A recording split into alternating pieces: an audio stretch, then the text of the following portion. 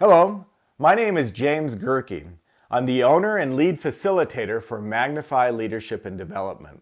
Magnify is a leadership and development company dedicated to help individuals, teams, and organizations magnify or reach their full potential. Throughout my life, I've seen my career and my life as a series of journeys. These different paths, these different journeys converge when in 2009 I had the opportunity to complete the Camino de Santiago for the first time.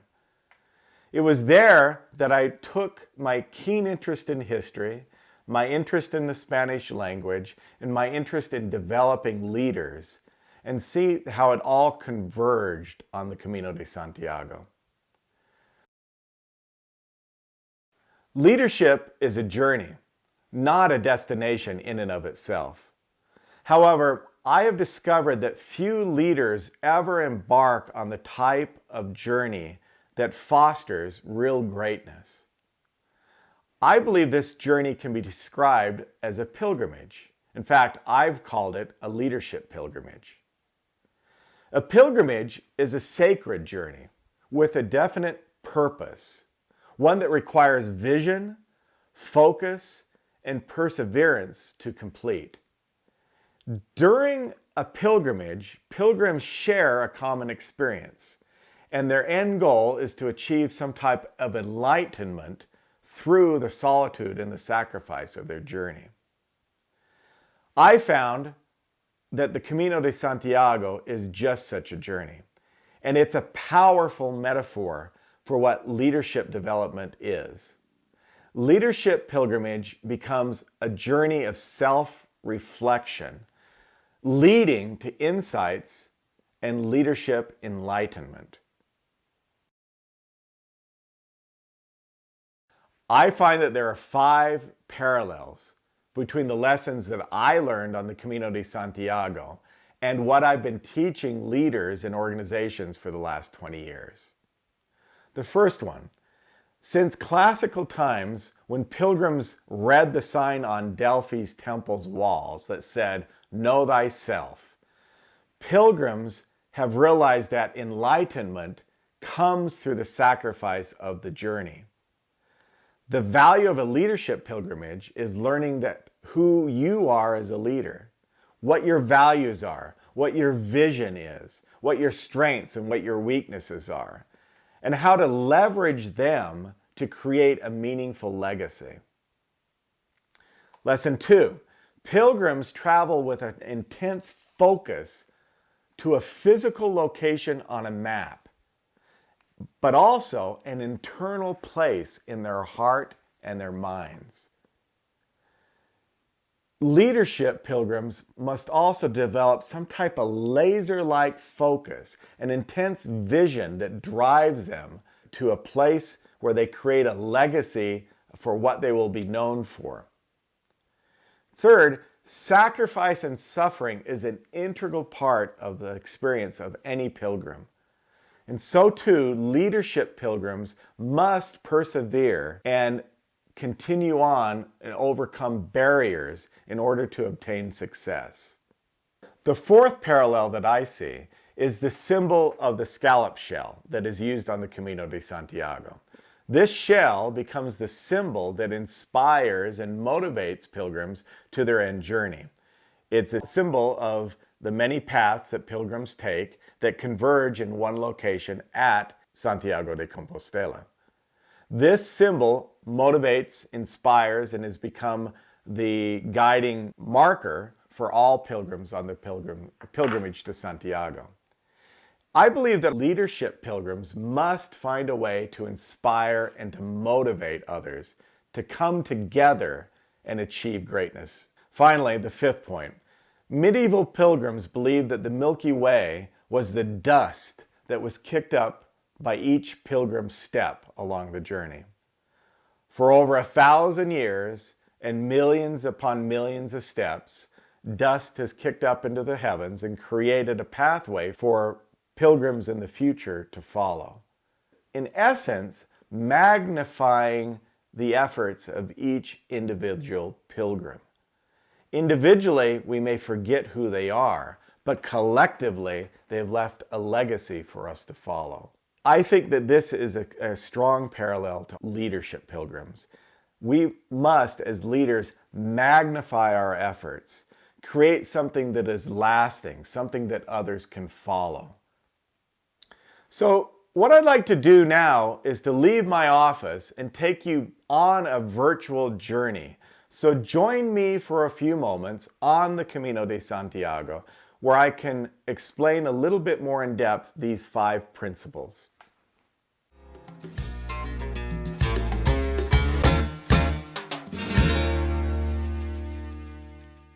I am on the Camino de Santiago, just outside of Bilbao, Spain.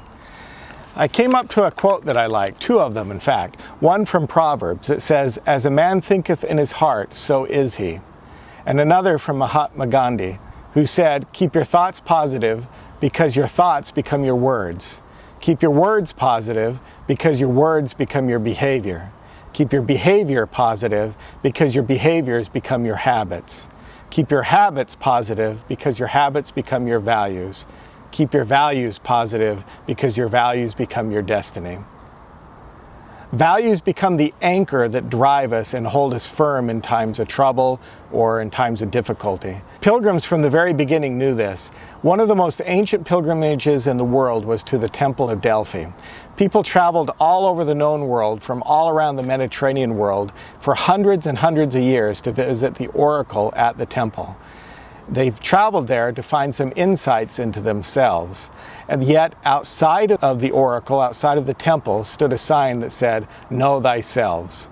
So although they would ask questions of the oracle, and the oracle would give them insights, it was really knowing themselves, what their core values were, what their motivations were, that was the most important part of the pilgrimage. That's true also with leadership pilgrims. We need to understand what are the core values that are going to drive us to become the people and the leaders that we should be, to leave the lasting legacy in the world or in the organizations where we work and serve that we hope to leave. I run workshops where I ask participants to really evaluate what the core is, to really know thyself, as the oracle at Delphi said. To do this, we could brainstorm a number of different values that we hold dear to ourselves, but it's really narrowing that list down. I force people to narrow it down to 10, down to 5, maybe even down to 3 of the core values that are essential to create the type of destiny and the legacy that we hope to create. So it is, the pilgrims on the Camino de Santiago also had to know what drove them. Their core values is what drove them to make the journey, and it was what left the legacy of the pilgrimage behind for all of us to enjoy. The pilgrimage to Delphi was a pilgrimage to understand oneself.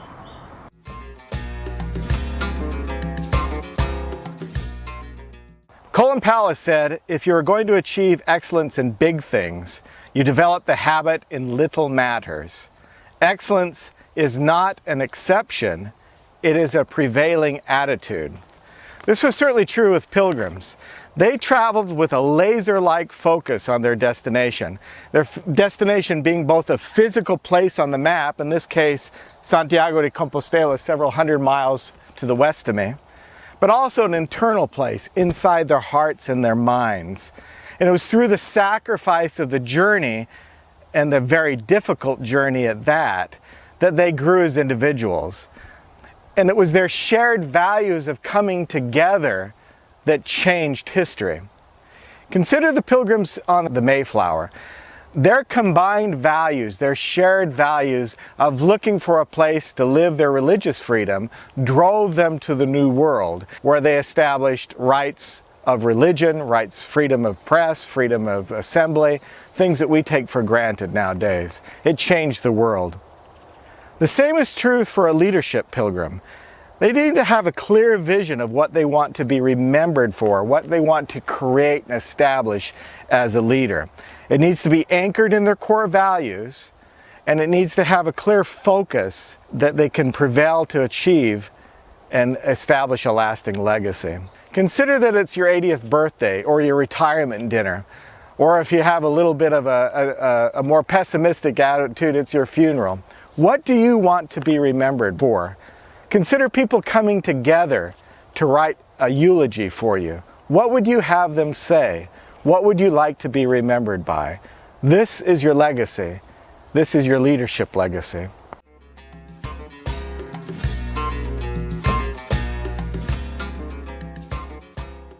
In the year 1140, it was written, "The pilgrim route is a very good thing, but it is narrow, for the road which leads man to life is narrow.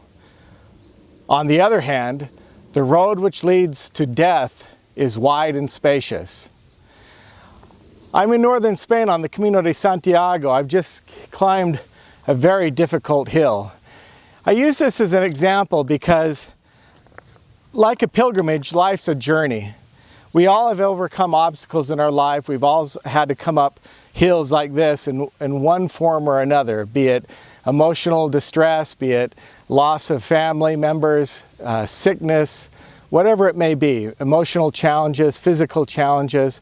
We've all had to overcome them. The pilgrims, when they arrived at the end of the Camino de Santiago, they rejoiced for the difficulties which they had to bear, which they had to overcome, like this one, because they realized that through their suffering on the narrow path is where they found enlightenment. I also think that leadership pilgrims need to do the same type of reflection, and although you may not have to climb a hill like this one, I think some honest reflection onto life's journey does one's good before they can go forward on where we're going in the future. In workshops, I often have people draw out a road of life. I have them consider their beginnings. I have them consider their family life, their school life, their career life, all the obstacles that they had to overcome along the way. And this helps them focus on the core values that have brought them to this point and what makes them matter as a leader going forward to help others lead or follow them as they lead the way.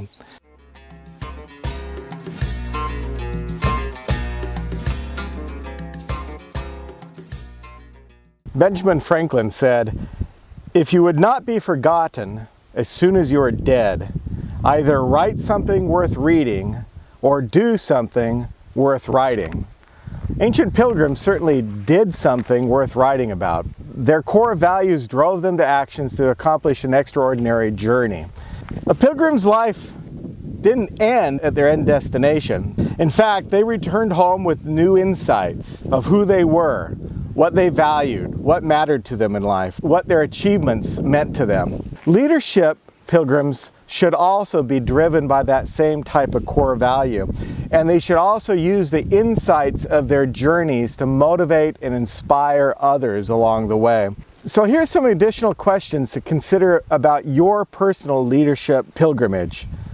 What is it you want to achieve in work? What is it that you want to be remembered for? And to achieve those results, what are the steps you're going to take, like a pilgrim, each step, every day, on, persevering until you achieve your end goal?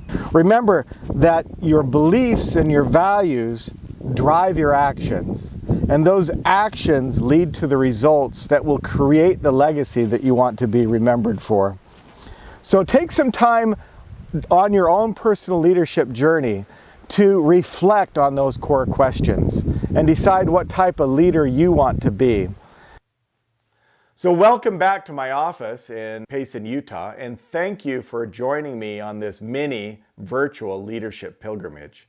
I hope that the information has inspired you to start your own leadership journey, to anchor yourself to your own values, to create your own legacy, to persevere through your own challenges, and to inspire and motivate others to join you on their pilgrimage as well.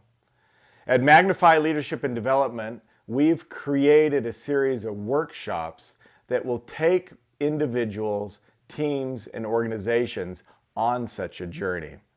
Our end goal is to have a virtual leadership pilgrimage that mirrors the experience of the Camino de Santiago with their own leadership development that they do at home.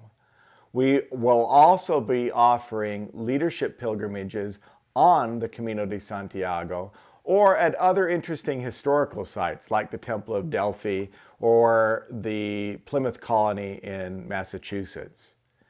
If we can be of any help, follow the links at the end of this video and contact us at Magnify Leadership and Development.